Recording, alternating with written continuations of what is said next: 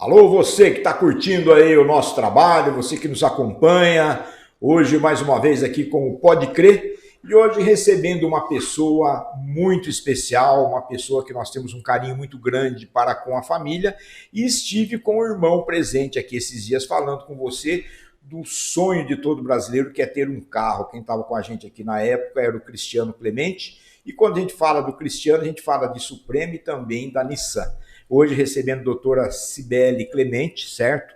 Médica, ginecologista e obstetra, e nós vamos contar um pouquinho dessa história, né? Uma empresa, uma filha de uma família de empresários que vivem aí com comércio de carro e tal, mas surgiu a medicina na sua vida. Mas antes da gente falar de como surgiu a medicina na sua vida, quem é a doutora Cibele? Bom, sou Cibele, filha do Clide, irmã do Cristiano, da Priscila, filha da Jaci. Isso. Bom, família aí, como você disse, só de Assis tem uns 40 anos de empresa, mundo corporativo e tal. Isso. E eu fui para a área da medicina. Hoje em dia, moro aqui em Assis faz 2 anos. Antes daqui, morava em São Paulo, foi onde eu me formei. E pratico ginecologia e obstetrícia aqui. E desde então, tô aí cuidando da mulherada aqui em Assis faz 2 anos. E em São Paulo, a mulherada tá sentindo falta de mim, mas eu tô feliz aqui. Aí, que coisa gostosa. Casou, veio pra cá. Casou, vim pra cá. Ou veio pra cá e casou? Eu vim pra cá e casei. Que bacana. Mas é isso, olha, a gente se sente à vontade em estar falando com você, apesar de pouca ligação com você especificamente, mas um carinho muito grande com o seu pai, principalmente, né, quem eu tive sempre o maior contato, cliente, né, da Suprema e tal. E o mundo realmente corporativo faz parte da sua família, né? E como é que despertou a medicina em você? Marcos, você sabe que na minha família, não só na família assisense, mas a família inteira, meus primos, meus tios, ninguém nem próximo da área da saúde, né? Ninguém. O Cristiano fala que eu deveria ter ido para o mundo corporativo, porque ele fala que eu sou bem um perfil, bem parecida com ele, assim. Mas eu acho que foi mais a área de biológicas me encantou, assim, né? Então, fui para a área da medicina pelo encanto pela biológicas, não tanto pela aversão ao mundo corporativo, sabe? Perfeito. Então, a medicina veio daí. E por que a ginecologia e obstetrícia? Olha, eu falo para as minhas pacientes que eu não. A ginecologia obstetrícia veio como um estalo para mim, assim. Eu não quis ginecologia obstetrícia desde sempre. Mas falo que uma das melhores coisas que aconteceram na minha vida foi eu ter nascido mulher, né? Então, hoje em dia, não me imagino fazendo outra coisa.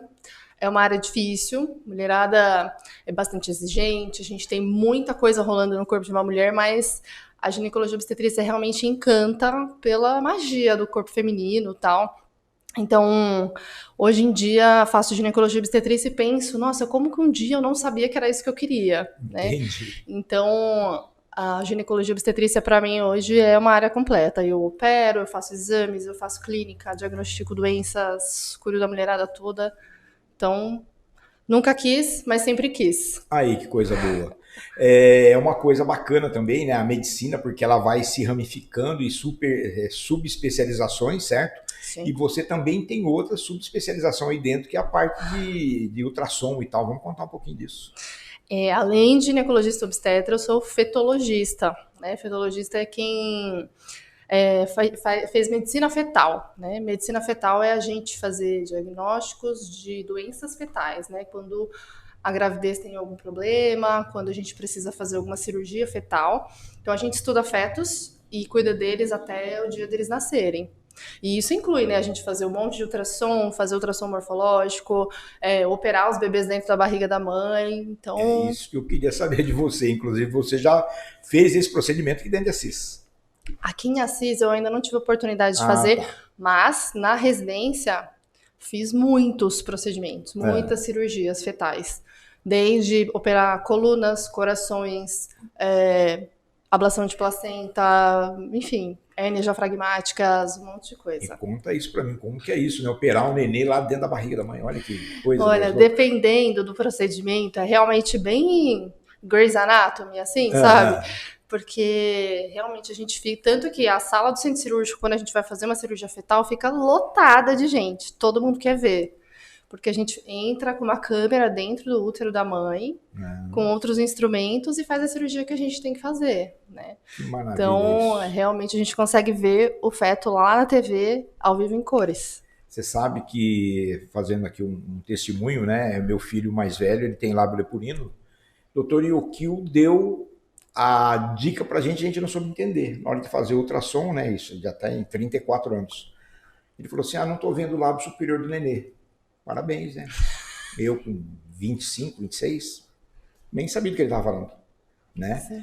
E não falou nada, mas avisou a médica na época, a doutora Alba, e a doutora Sandra, que foi a Pediatra. pediatra. E quando nós fomos levar o ultrassom para a doutora Alba, ela falou assim, seria bacana ter uma pediatra no parto e tal, né? A gente tinha Unimed e tal, mas nunca, até então, 34 anos atrás, não tinha porquê, ou não era costume ter um pediatra, né? E eu achei bonito isso, falar, eu quero, né? E eu não sabia que eu estava sendo preparado para uma coisa que eu ia ter que aprender a lidar, né, nesses 34 anos hoje. Sim. Hoje é um cara diferenciado, passou por todo um processo, tem anjos que foram anjos da nossa vida nesse processo todo aí, e hoje é um cara fantástico, empreendedor e tal, líder no que faz, tá lá. Mas eu acho que hoje ainda está muito mais evoluído, né? Que a gente tem o 3D hoje. Vamos contar dessa história. Como que é isso, né? Quando a mãe vê a carinha do neném pela primeira vez. Olha, existe essa coisa de que as mulheres amam ver os bebês na tela, né? E a gente, como fetologista, tem dois papéis ali, né? De mostrar o bebê para a família e ainda tá sempre olhando, buscando diagnósticos, sendo técnico e ainda, às vezes, dando más notícias, né? Como isso. Também faz parte do nosso trabalho como obstetra e como fetologista, saber como conduzir essas gravidezes aí com alguma intercorrência, né? O meu grandíssimo mestre-chefe da medicina fetal lá em São Paulo, o Dr. Maurício Saito, ele foi um dos pioneiros aqui no Brasil de medicina fetal, ele opera tudo que você puder imaginar. Inclusive, ele sai pelo Brasil afora fazendo cirurgias fetais por ONGs e etc, porque sabe que não é todo mundo que tem condição de arcar com uma cirurgia dessa, que é uma cirurgia extremamente cara, que exige uma técnica muito absurda. Então, ele mesmo fala que ele já viu de tudo, mas mesmo tendo visto de tudo, ele ainda lida com isso, porque depende muito da reação da família, né, de receber certas notícias. E a gente lida com as duas coisas, né? Tanto com a felicidade ali de descobrir uma gravidez muito esperada, muito desejada, como o contrário, né? Da gente, às vezes, dar uma notícia de uma doença grave ou de uma fenda labial, que é como o do seu filho, que não é uma doença grave, mas é uma doença visível ali, né? Exato. Então, temos os dois mundos aí. Bem legal. Agora é uma coisa muito louca isso, né? Porque você lida com acho que vários fatores. Por exemplo, uma gravidez indesejada, seja aí por qual motivo for, certo? É uma gravidez na adolescência ou ainda até na infância. Você até falou agora há pouco aí que no nosso off aqui que você chegou a fazer um parto de uma menininha de 11, onde a mãe da menina ou a avó da criança tinha 24, né? 20, muito louco coisa. Isso. Essa parte da educação sexual, né, é uma coisa que eu, como ginecologista, eu sofro muito, assim, porque a gente vive em mundos muito discrepantes, né? Pra gente que estudou em escolas, eu na época estudei no Colégio Diocesano, era uma das melhores escolas de Assis, né?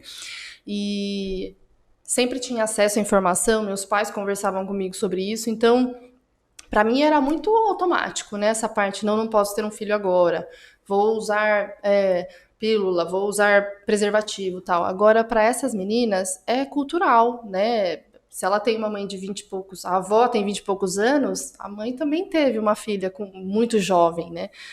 Essa parte da contracepção e da gravidez na adolescência é um assunto extremamente sério de saúde pública, assim, e que eu acho que é negligenciado, sabe? Acho que as pessoas não dão devida atenção. E é uma coisa ad eterno, né? Aquela criança não vai desaparecer. Não. Então, é um problema que começou e dura para sempre. Com certeza. Eu lembro uma vez minha mãe, quando a gente pouco falou, que né, tem 61 hoje, né? Então você imagina 50 anos atrás como falar disso, né? Então quando a gente começou a sair e tal, né? E ela falou assim, vamos fazer o seguinte, eu vou dar um pintinho para você tomar conta.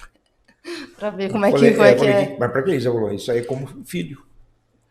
Vamos ver quanto tempo você vai virar galo, esse pintinho aí, ou galinha, né?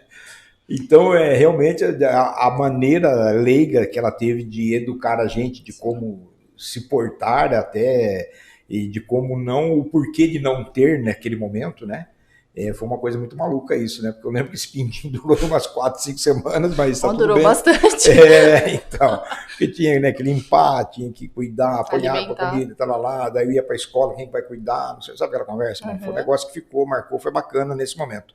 Uhum. Mas hoje a família não conversa a respeito disso, infelizmente, e eu acho que também estava vendo algumas matérias aí do novo governo, onde querem instituir a educação sexual, né?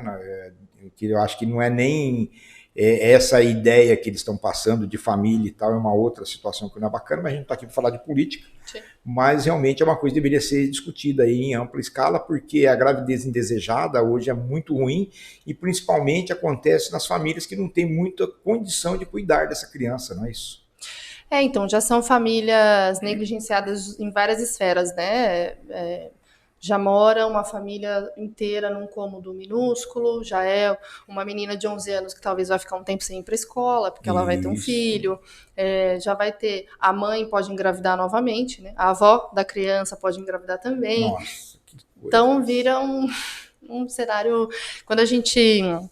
em São Paulo, né, a gente acabava fazendo pré-natal no posto de saúde, essas coisas na época da residência, e a gente ia fazer a visita domiciliar, né, principalmente das gestantes que faltavam nas consultas, por exemplo. Entendi. A gente ia até a casa delas, e você chegava lá, era um cenário desse, a filha de 14 anos grávida, a mãe de 14 anos grávida, já tinha um bebê de 1 ano em casa, é um cenário muito confuso, assim, pra gente que vive família tradicional brasileira, sabe? Entendi. Então, esses cenários são difíceis da gente lidar, porque não é a nossa realidade, né? Não é uma coisa que a gente está habituado a fazer. Mas é a realidade de muita gente. Então, a gente precisa inserir isso na nossa rotina também. Bom, voltando a falar um pouquinho da tua especialidade, vamos falar de consultório, isso, né? Como é hoje o paciente chegar e falar, doutor, eu queria uma ultrassom, eu queria não sei o quê, já vem com... Dr. Google, né, já conversou com a vizinha, com a curandeira, com o Dr. Google. Como que é isso hoje, né? É difícil o Dr. Google dar um trabalhão pra gente, viu? Verdade. Mas, geralmente, eu pelo menos, eu tento criar uma relação de segurança e de liberdade também para as pacientes poderem falar o que elas quiserem. Curto essa coisa de compartilhar a conduta, né? Dela chegar, olha, eu sei lá, vi esse remédio novo para tal coisa, o que você acha? E daí a gente discute aquilo e decide juntas, né? Mas da parte do ultrassom, as minhas pacientes de pré-natal não vão deixar eu mentir. Eu sou muito crica com ultrassom, sabe? Eu acho que o ultrassom tem que ser feito quando ele tem que ser feito. Não faço ultrassom, vamos ver o neném hoje. Não, toda vez que eu coloco a minha sonda de ultrassom ali na barriga da mãe, eu estou procurando por alguma coisa, estou tentando achar um diagnóstico. Então, para mim, não é só fazer um 3D. O 3D é uma consequência do exame ali. Então, mesmo porque se o neném não quiser tirar foto aquele dia, você pode soltar balões. Só vai mostrar a coluna. Não vai. Então, as pacientes até ficam chateadas às vezes, né? Já ouvi, principalmente a avó, saindo do consultório falando, nossa, eu tô muito triste hoje. Eu falei, nossa, mas o que aconteceu? Porque você não deixou eu ver o meu neto hoje. Eu falo, mas hoje não tinha por que a gente fazer exame, não tinha por que a gente examinar o seu neto. A gente examinou o seu neto semana passada. Não, mas eu queria vê-lo. Infelizmente a gente vai ter que então esperar o próximo ultrassom. Mas eu acho que o ultrassom hoje em dia é uma coisa meio banalizada. Existe um protocolo, tantos por gravidez? Como que é isso? Não é nem tantos por gravidez, porque depende também de como está a gravidez para a gente poder... Tem bebês que a gente faz ultrassom todo dia, por exemplo. Então, mas acho que basal, assim, uns 4, 5 por gravidez. Gravidez inteira, 9 meses. Você falar isso para uma mãe que ela só vai ver o bebê dela 4 vezes em 9 meses... Elas ficam meio irritadas, mas esse é o protocolo da medicina ali, né? Acima disso é só se o bebê precisar ou se a mãe quiser muito. Bom, agora mitos e verdades, né? O ultrassom, ele emite uma onda, certo? De ultrassom. E isso pode prejudicar de alguma certa forma por estar expondo a algum tipo de raio diferente e tal? Como que é isso? Não, prejudicar não. A gente vê que o bebê responde de algumas formas à onda de ultrassom, mas prejudicar o bebê, não. Porque eu falei, né? Imagina esses bebês que fazem ultrassom todo dia. Eles já estão debilitados a ponto de fazer todo dia. A gente ainda faz um exame que traria mais prejuízos. Então, não. Certo. Outra coisa também, estou com uma amiga que está grávida já praticamente 9 meses e o cabelo, né, tá com um palmo aqui não pode tingir o cabelo. O que é isso? Conta para mim essa história. Porque, às vezes, para você que está assistindo o nosso programa aí, vou engravidar e tal, você está preparada para isso, né? Essa que é a grande pergunta, né? Você está preparada para viver esse momento e o que vem após o nascimento, né? Vou te dizer que é muito frequente elas se preocuparem muito com a gravidez e não pensarem depois que o neném sair. Principalmente na amamentação, tá? Assim, disparado, a maior quantidade de pessoas que eu vejo chorando na minha frente no consultório são as mães que estão amamentando. Porque é muito difícil amamentar. E é uma cobrança da sociedade absurda. E elas sofrem muito, tanto psicologicamente como fisicamente, né? Porque não é igual o bebê da novela das 9, que mama, aprende a mamar e aquilo é maravilhoso desde a primeira vez. Né? Aquilo dói, o bebê não pega direito, aquilo machuca. Às vezes racha o bico, né, do seio na hora da amamentação, né? E existe a cobrança ali de todo mundo. Ai, não, mas o bebê tá com fome, você não vai dar de mamar. Gente, a minha mama tá destruída, não consigo. E tem o cansaço, a privação de sono, então a amamentação com certeza é um problema. E também tem a parte da gravidez em si, que também existem muitos mitos. O de pintar o cabelo, por exemplo. Não vou dizer que é um mito, mas é um mito parcial. Eu, para as minhas pacientes, falo para elas evitarem pintar o cabelo no primeiro trimestre. E depois, mais pra frente, existem tintas hoje em dia que não tem amônia, não tem chumbo, não tem nada de grave assim. E deixar 1, 2 dedinhos da raiz. Porque as coitadas já estão grávidas, já estão vendo o corpo se transformar. E olha pro espelho, uma raiz, como você falou. Palmo ali pra baixo da orelha. Gente. Então, assim, acho que tem como. As tintas de cabelo evoluíram e os tonalizantes estão liberados com todas essas recomendações aí. Então, acho que alguns mitos podem ser desmistificados. Bom, eu tenho 2 filhos, eu acho que como pai, desde a gravidez até o nascimento, depois da adolescência e tal, para lá, eu acho que de 0 a 10 eu sou um 6,5, 7. Né? Imagino eu, né? Acho que perguntando para a mãe deve dar 2, 3, sei lá, né? Mas tudo bem. O pai, né? Nós estamos falando aqui agora de famílias ditas normais, né? Casamentos e tal, que foi o meu caso, eu casei, 3 anos depois a gente se preparou para ter o filho, aí tivemos uma surpresa e tal, né? Uma grata surpresa na realidade. Mas é importante também do marido ou parceiro, né? Porque hoje já não podemos mais usar alguns termos que não é mais bacana, né? Mas entender esse momento também, né? O homem tem que participar disso. Tem, porque o filho dos dois começa por aí, né? E também existe a rede de apoio da mãe é o que evita ela ser sobrecarregada, ficar doente, ter depressão pós-parto, e tudo isso são agravantes, né? E o maternar não dura 28 dias, 30 dias, 45 dias, que é mais ou menos o tempo do puerpério, né? O maternar dura uma vida toda, né? A gente acabou de falar que uma menina de 11 anos vai ter um filho para sempre, não é uma coisa que aconteceu quando ela tinha 11 anos e passou, né? Então, a rede de apoio inclui com certeza o pai da criança, né? Então, é difícil para ela, é difícil para ele, é difícil para todo mundo, mas o pai tem que se inserir desde o pré-natal até para sempre, né? Porque o filho dura para sempre. Os pré-natais aí, em quantos % de pais vão junto, mais ou menos? Olha, vou te dizer que no meu consultório eu tenho mais ou menos 50-50. Eles não são tão assíduos assim, não. Verdade. Bacana. Eu gosto muito da área de medicina, né? Tanto que a Unimed está com a gente aí há 25 anos, esses 25 anos que nós temos de vida, e alguns médicos me pedem para filmar alguns procedimentos para que possam utilizar em aulas posteriores e tal, né? Então é uma área que eu gosto e é bacana isso. Mas eu acho muito importante isso realmente, né? A gente conversar um pouquinho a respeito disso, e saber que o pai também tem responsabilidade, né? Não foi só na hora ali do ato, mas ele tem essa responsabilidade para frente para com essa criança, não é isso? E acho que com a mãe também, né? Porque a mãe não tem como transferir a gravidez, né? Não. Ou é ela ou é ela. O mínimo que o parceiro tem que fazer, ou a parceira tem que fazer, é se inserir e tentar ser o mais presente, o mais, né? Já que não pode viver aquilo por ela, que seja o maior apoiador do momento possível, né? Então, gravidezes têm complicações, têm doenças, têm desconfortos, têm mudanças. Então, parceiro, parceira tem que estar preparado e pronto para aguentar todas essas mudanças aí. Profissionalmente falando, né? Você estava em São Paulo, grandes hospitais, grandes centros e tal, vou embora para CIS e tal. Como que você se preparou para a realidade que nós vivemos hoje aqui na área da saúde, que a gente já sabe que já foi muito pior? Hoje está bem, tá? A gente tem até referências aqui, certo? Sim. Em alguns segmentos e tal. Mas a CIS, como que ela está preparada hoje, né? Principalmente na sua área? Olha, para a medicina fetal, confesso que aqui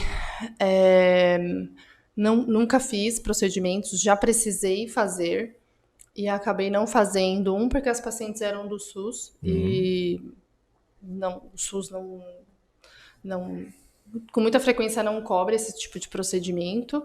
Não é nem questão de não cobrir, mas não tem. O SUS cobre tudo, né? Mas não tem máquina para isso, não tem aparelho física para isso.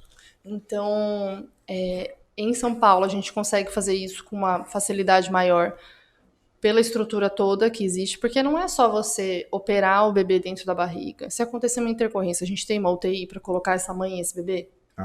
A gente tem um banco de sangue para poder controlar uma hemorragia? A gente tem um especialista em cardiologia pediátrica à disposição para caso o bebê precise nascer? Então, em São Paulo, essas coisas são mais fáceis, né? Aqui nem tanto.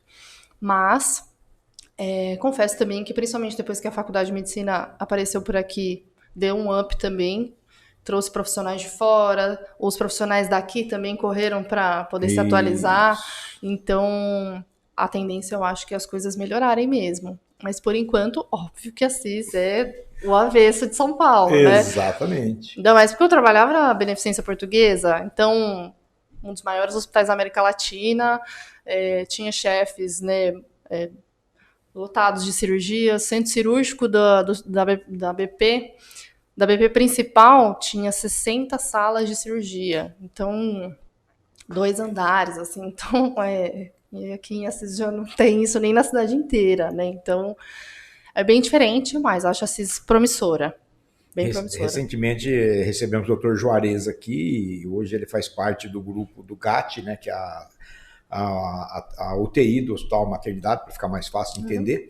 E a gente estava falando justamente dessa transformação da medicina dentro da cidade de Assis, né? Então a gente sempre recorria para Marília e tal, e a gente citou aí dois fatores importantes. Um, a Unimed, que foi um divisor de águas na saúde dentro da cidade de Assis, e agora a FEMA com a Faculdade de Medicina, né? Então, realmente, isso é uma coisa bacana que vem trazendo profissionais, né? E também pessoas que dedicam, que gostam da cidade, né?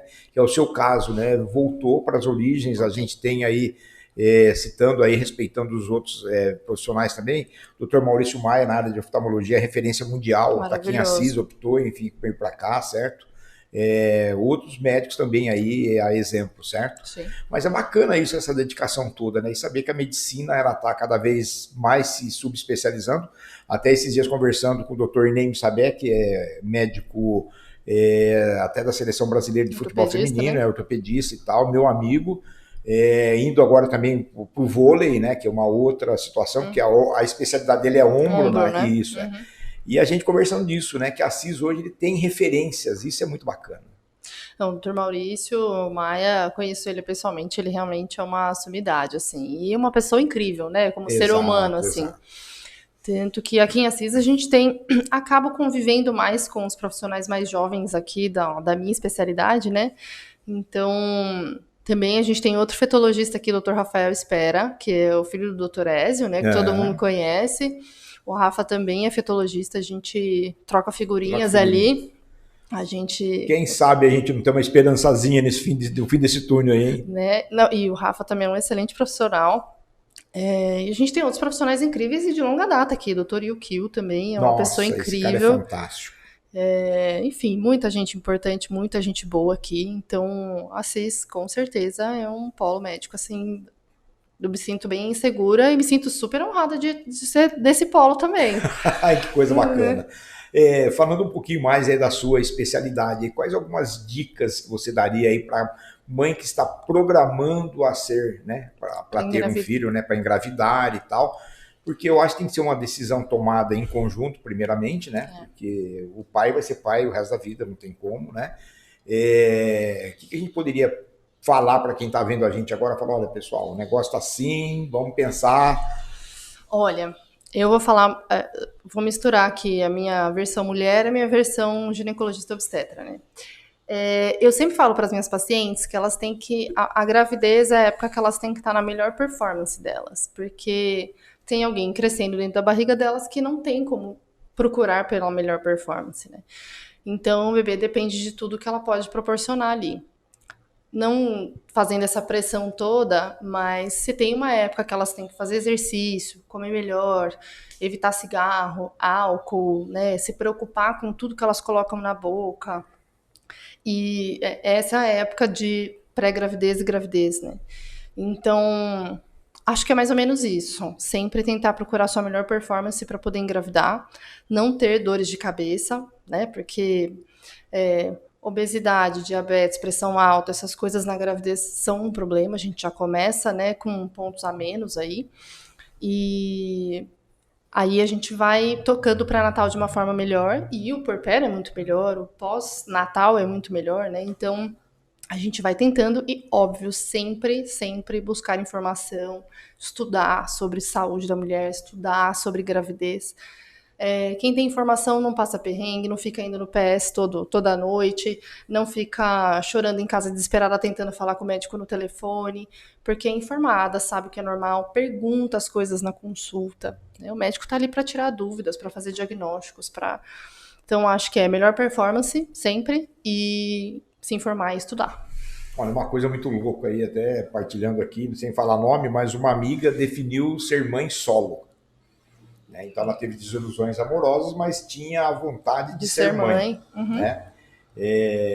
Nem eu, apesar de amigo, a gente tem uma ligação bacana, nem sei quem é o pai do filho e tal. Né? Não porque ela tem uma vida desregrada sexualmente, não é isso. Foi opção dela. Sim. Como é isso, né? É meio louco isso, né?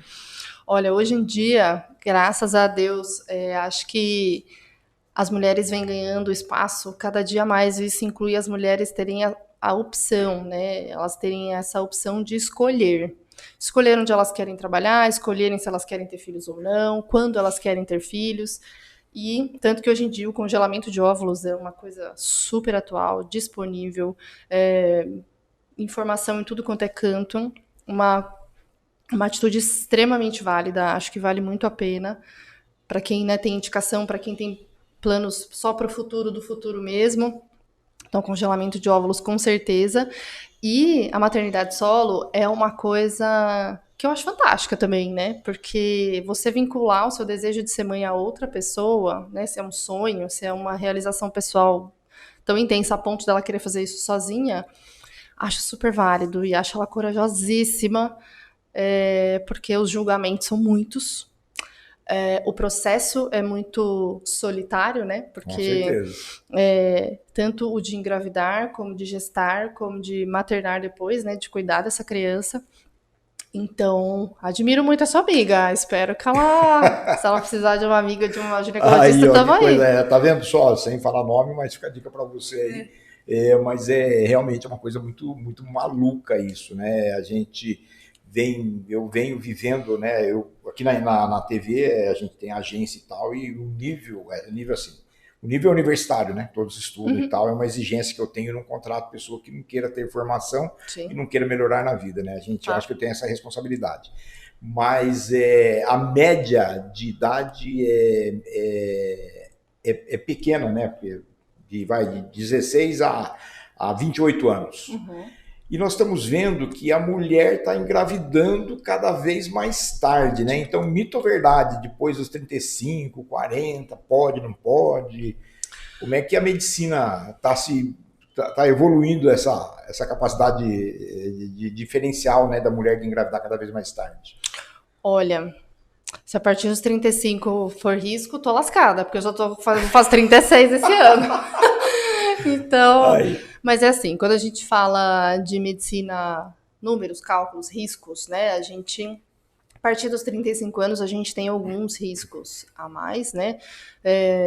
Mas engravidar em si é uma coisa tranquila, a não ser que seja já um problema de antes, né?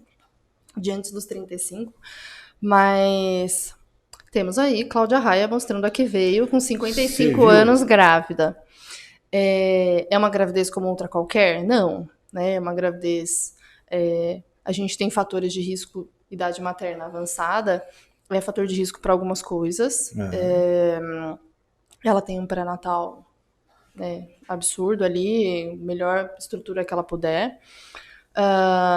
Não é tão simples assim, existem controvérsias em como ela engravidou, né?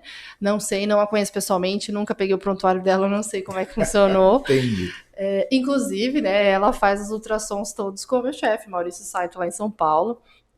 E assim, né, ela com 55 anos quis ser mãe, e olha o tanto que a medicina é maravilhosa, né? Uma mulher com 55 anos, sei lá, não vamos muito longe, 10 anos atrás. Todo mundo ia falar, impossível, Impossível. não vai ser.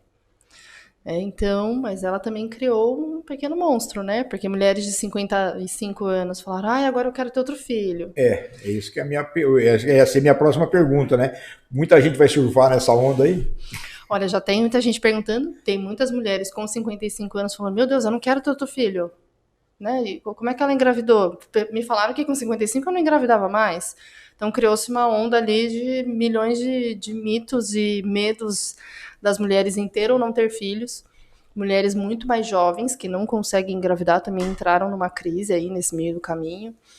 Mas o que mais apareceu foi mulher mais velha com medo de ter filhos, né? Falar, pelo amor de Deus, se a Cláudia Raia engravidou com 55, eu com 55 não quero engravidar de jeito nenhum. Querem tomar anticoncepcional, querem fazer um monte de coisa. Então, não, a Cláudia Raia criou uma polêmica aí, com certeza. Olha, a natureza é muito louca, né? Testemunhando aí também o caso de um casal de amigos que não conseguia engravidar, adotaram uma criança, um ano depois de adotado, ela engravida e tem uma filha também hoje, né? Isso é muito louco, né? É muito louco, e acontece muito, muito, muito, muito. Óbvio que a gente tem os casos, né, de pessoas que tentam e não conseguem engravidar, não conseguem ter um filho, mas também tem esses aí, que uma hora consegue e vai. Se encarrega. Consegue acertar ali o dia, a data, a ovulação, tudo bonitinho e acontece. Até testemunhando também um casal de amigos, né? Ela fazendo um tratamento para engravidar e tal, colocava o termômetro, vem para casa agora, que agora. Como assim, né? Você sabe que existe, né, na reprodução assistida, que é reprodução humana, reprodução assistida, que é essa parte da fertilização e tal. Existe uma das primeiras técnicas ali que eles usam quando não tem nenhum fator muito explícito de por que não conseguem engravidar, que é o coito programado. Né? Eles fazem os exames, fazem um controle de ovulação, que tá, avisa a mulher e fala, hoje você está ovulando, hoje você tem que ter relação. Meu Deus.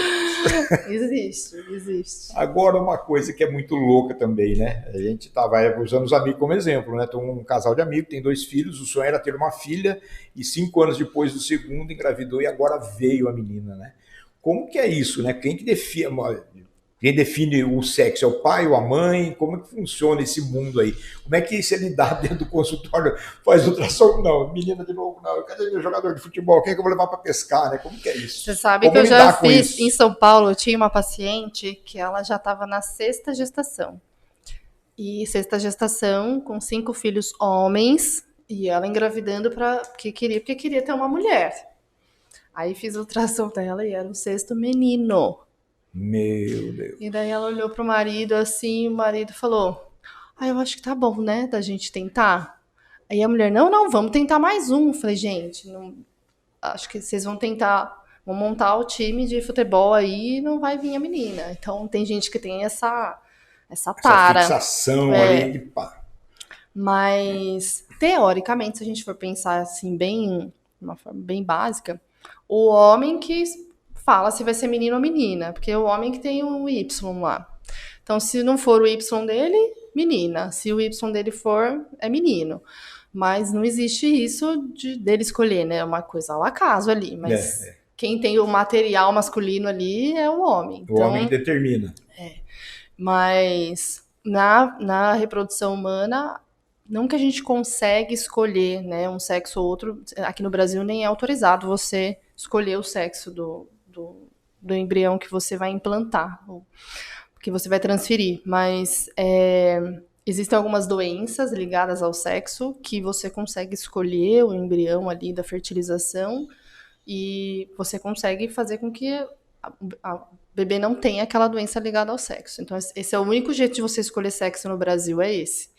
O bebê ter uma doença ligada ao sexo, que é incompatível com a vida, alguma coisa, e você escolhe um embrião que é do sexo, que não tem nada a ver com aquela doença. A evolução da medicina, de novo, a favor da humanidade. A medicina é maravilhosa, gente. Quem sabe usá-la com respeito, com certeza é uma área, assim, que fabulosa. A gente conversando com você, vê que você é apaixonada pelo que você faz. Que bacana, hein? Olha, se eu não fosse, confesso que não... Eu não sei como as pessoas fazem medicina por status, por exemplo, porque diariamente, né, eu consumo conteúdo médico diariamente, desde coisas fúteis até mitos de grávida, de barriga redonda, pontuda, é menino, a menina, desde essas coisas, até conteúdos complexos, como as cirurgias, né, fetais, tratamentos novos e tal.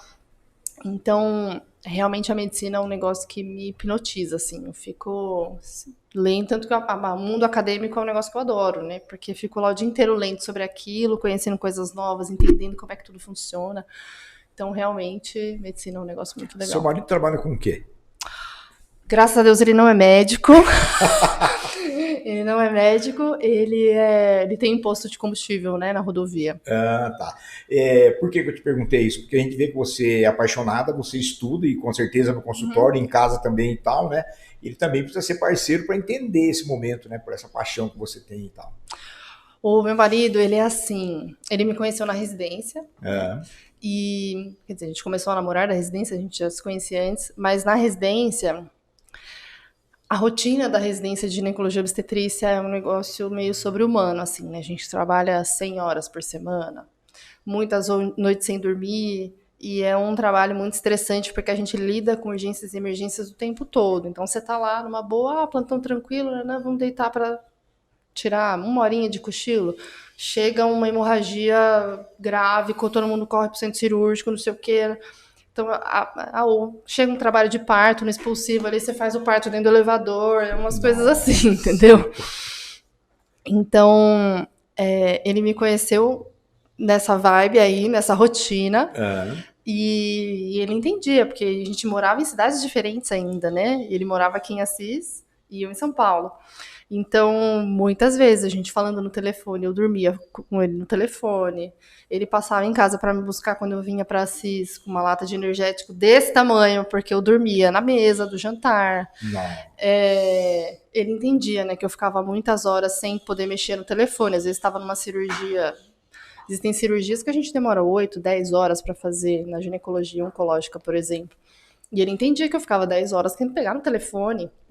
Então, entendia que eu dormia fora de casa, né? Hoje em dia, não tenho dado mais plantões, mas aqui, a gente casado já, eu tinha que sair, às vezes, no final de semana, um sábado à noite, para dormir no hospital. Entendi. Né? Para dar plantão noturno. Então, mas disso, com certeza, não tenho o que reclamar. Ele enfrentava o monstro aí, de eu dormir na mesa, de eu dormir no telefone, de eu ficar, né, brava porque eu tava com privação de sono há dias, enfim. Agora, acho que uma grande polêmica aí, acho que dentro da tua área aí, se é o parto normal ou cesariana, né? Como é que se comporta isso? Como que a medicina tá vendo isso? Porque hoje mudou muito, né? Os antigos ainda falam, segue o rumo natural da coisa, né? É sempre assim, né? Olha, as minhas pacientes também vão compactuar comigo aqui, Eu acho que hoje em dia, graças a Deus, a gente está voltando um pouco a ter mais os partos normais. E eu adoro fazer parto normal, porque, mais uma vez, você vê o corpo da mulher funcionando. As pacientes, elas ficam até. Acho que depois elas devem até ficar com raiva, porque eu fico. Ai, olha que lindo, o neném tá rodando. Olha que lindo, o neném tá não sei o quê. Ai, olha que lindo ela com um sinal XPTO do expulsivo e ela lá, morrendo de dor, não sei o quê. E eu ali elogiando todo o processo. Ai, que legal, 3 anos de dilatação. E ela lá. Então, cesariana com certeza salva vidas, com certeza é um jeito, né, da gente resolver a gestação que a gente fala, mas com certeza não é a primeira opção. Né? A gente sempre tenta fazer a coisa mais natural possível, porque é uma cirurgia, né? E infelizmente o principal motivo delas escolherem a cesariana é a dor, né? E infelizmente contra a dor a gente não tem muito o que refutar, né? A gente consegue fazer uma analgesia de parto normal, né? Consegue deixar ela sem dor, mas elas não querem passar dor alguma, né? Entendi. Então, a cesariana, o bebê chega no seu colo, né? O parto normal, a mulher pare um bebê. Então, eles nascem juntos ali, né? Então, acho a cesariana super válida, existem indicações formais. É uma cirurgia grande, mas se puder ter um parto normal, a gente agradece. Você sabe que eu tenho uma ligação muito grande com a área de saúde e já filmei muita cirurgia para médicos fazerem aulas depois e tal, e já filmei partos de amigos, né? Que é uma coisa que eu faço, não cobro, faço para quem eu gosto. É muito mágico o nenê sair, a hora que põe na cabeça da mãe, o nenê para de chorar, cara. O que é isso, né? Ai, mais uma vez, é o corpo humano, né? É hormônios, feromônios e tudo mais. É, até o jeito de pegar o neném, né? O jeitinho de pegar ali que ele para de chorar, é o jeito de você fazer alguma coisa que ele desperta o choro. A natureza, foi Deus que fez, E aí, né? na O hora que negócio é muito o perfeito. nenê nasce chorando, chorão, a hora que leva para a mãe, põe perto da mãe, o nenê É. para. É muito louco isso. Muito O lindo maternar isso. começa muito antes do bebê sair da barriga. E isso que eu falo para as minhas pacientes, né? O parto não é só um jeito do bebê sair, né? Não é só um jeito do bebê passar pro lado de fora. Então, por isso que tem que ser muito bem escolhido, assim, né? Mais uma vez, cesariana com certeza é um método muito válido, mas escolher a cesariana por causa da dor não faz muito sentido, né? Porque se a gente pode fazer um procedimento que não, né, não precisa de risco cirúrgico, risco anestésico, internação, cicatriz, né? Fica uma cicatriz para sempre ali. Exatamente, Então, acho super válido, mas eu falo sempre essa fase para elas. Escolha consciente, porque a dor a gente consegue resolver.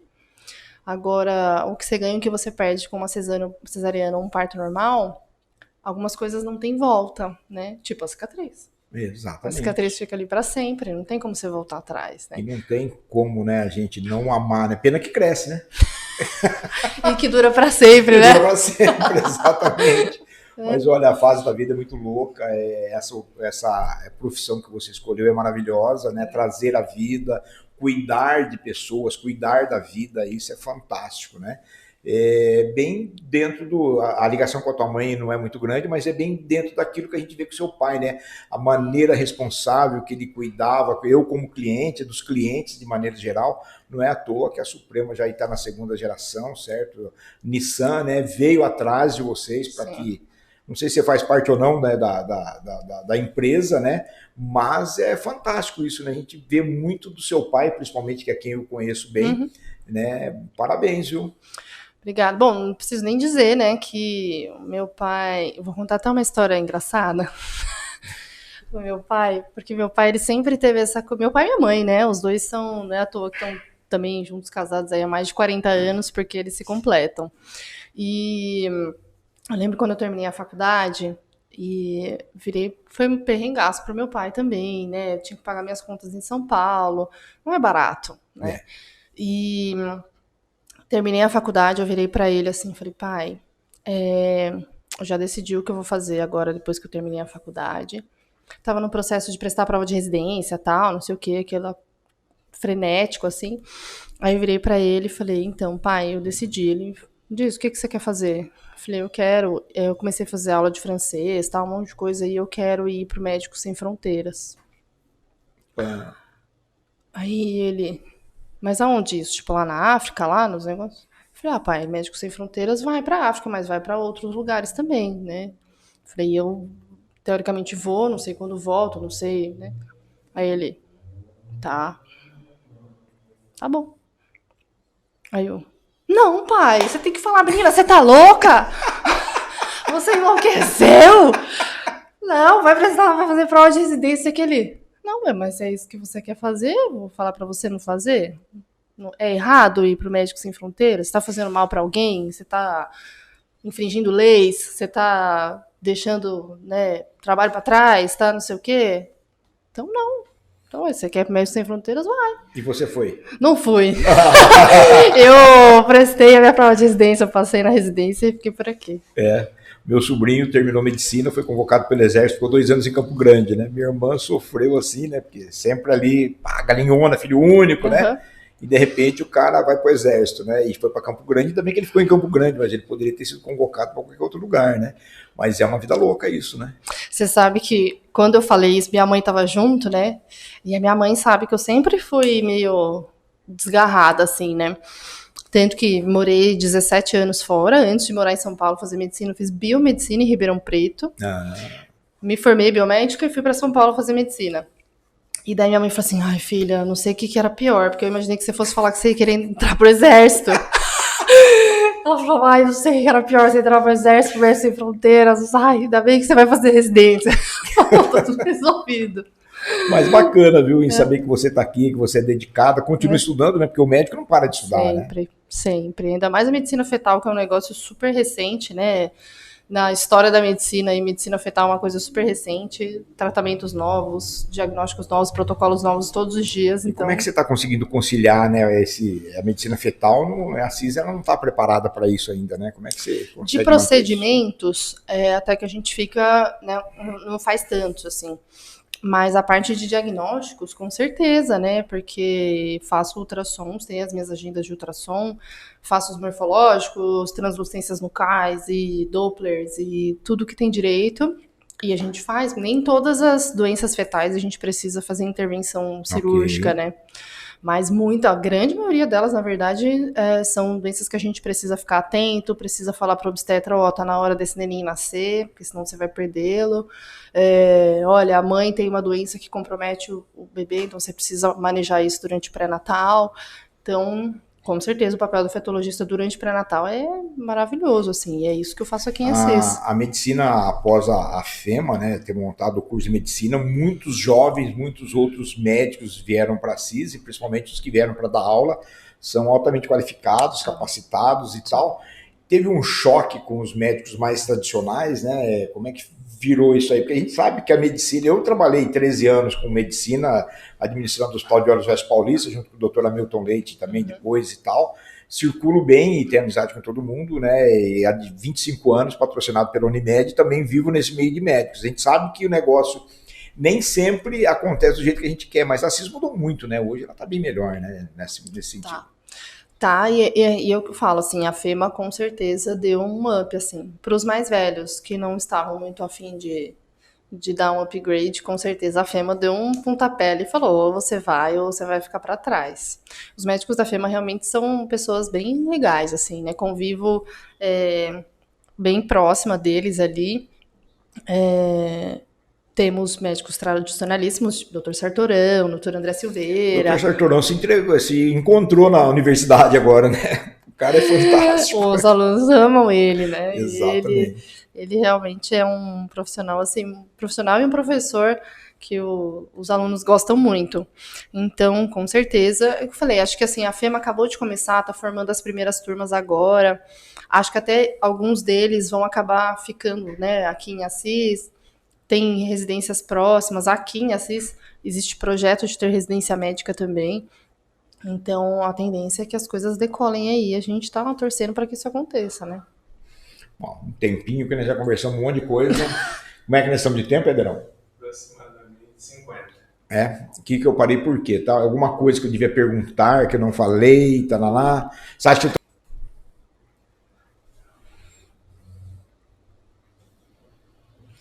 Olha, para você que está assistindo o nosso programa, nós estamos aqui há quase uma hora falando aí um pouquinho com a doutora Cibele, falando aí da especialidade dela, que é ginecologia e obstetrícia, certo? É um papo gostoso e tal, mas a gente vai deixar um pouquinho para o nosso próximo encontro. Mas bacana, viu, ter você de volta aqui, prazer te reencontrar. Como eu disse no começo, minha ligação maior é com o Cristiano, né, com a Priscila, mas foi uma grata surpresa saber que você estava aqui, né? Quando o Cristiano esteve aqui, falou assim: pô, você precisa falar com a minha irmã, ela opera ali na barriga. Eu falei, mas em cima da barriga dela? Não, foi como assim? Mas bacana isso, viu? Parabéns pela sua dedicação, por fazer a diferença. Obrigada. Bom, e todo mundo, né, a mulherada toda que tiver dúvida, pode ir no consultório, pode acessar meu Instagram aí, né, doutora Cibele Clemente. Lá eu sempre tento postar algumas coisas, saúde da mulher. Também posto coisas do meu dia a dia aí, né, porque também sou mulher, apesar de ser aí médica também. E fiquem à vontade, adorei o papo aqui. Se quiserem, a gente continua. Olha, que esse seja o primeiro de outros encontros, tá? Gostaria de conhecer um pouquinho mais também a respeito do que você vem fazendo para a cidade de Assis, principalmente aí na medicina fetal, né? Que é uma novidade, pelo menos para a gente. Quando o Cristiano até comentou comigo, eu falei, cara, mas como assim, né? Então, entender isso, comecei a seguir você e tal, para entender esse movimento aí. Com certeza, esse é o primeiro passo, né, para fazer uma diferença aqui dentro da nossa cidade. Parabéns, viu? E também, né, o teu parceiro, que é o filho do Dr. Ezio, hoje também está aí junto e trocando figurinha com você. O Rafa também sofre a mesma abstinência que eu aí dos procedimentos, mas um dia a gente chega lá. Com certeza. Obrigado, viu, pelo seu carinho, por ter aceitado vir conversar com a gente. Sabemos que a tua agenda aí é bem lotadinha, né? Pela diferença que você está fazendo aqui dentro da nossa cidade. E para você que está assistindo a gente, a doutora Cibele vem fazendo a diferença. Marca esse nome, você que quer ser mãe, tem esse sonho, tá? Até quando casei, vamos ter o primeiro filho depois de quase 3 anos de casado e tal. Vamos fazer exame de sangue para ver se vai ser compatível, um monte de senãos e porquês e tal. O importante é o seguinte, gente, faça com consciência, filho é bom, é para sempre, dura muito, certo? Mas arrependimento nunca. Exatamente. Né? Mais uma vez, obrigado, viu? Um abraço, dê um abraço pro seu pai e pra sua mãe, sempre. Né? Grandes amigos, pessoas que fazem a diferença. E é isso aí, fica a pergunta para você. Quem é que você gostaria que nós traremos para sentar aqui na cadeira e conversar com a gente? E se você quiser vir bater um papo com a gente, tiver a coragem, fica o convite para você também. Mais uma vez, obrigado, fiquem com Deus, estaremos de volta no nosso próximo Pode Crer. Batman tá aqui, Green Erva tá aqui, certo? Você não experimentou ainda, você não sabe o que você está perdendo. Fique ligado.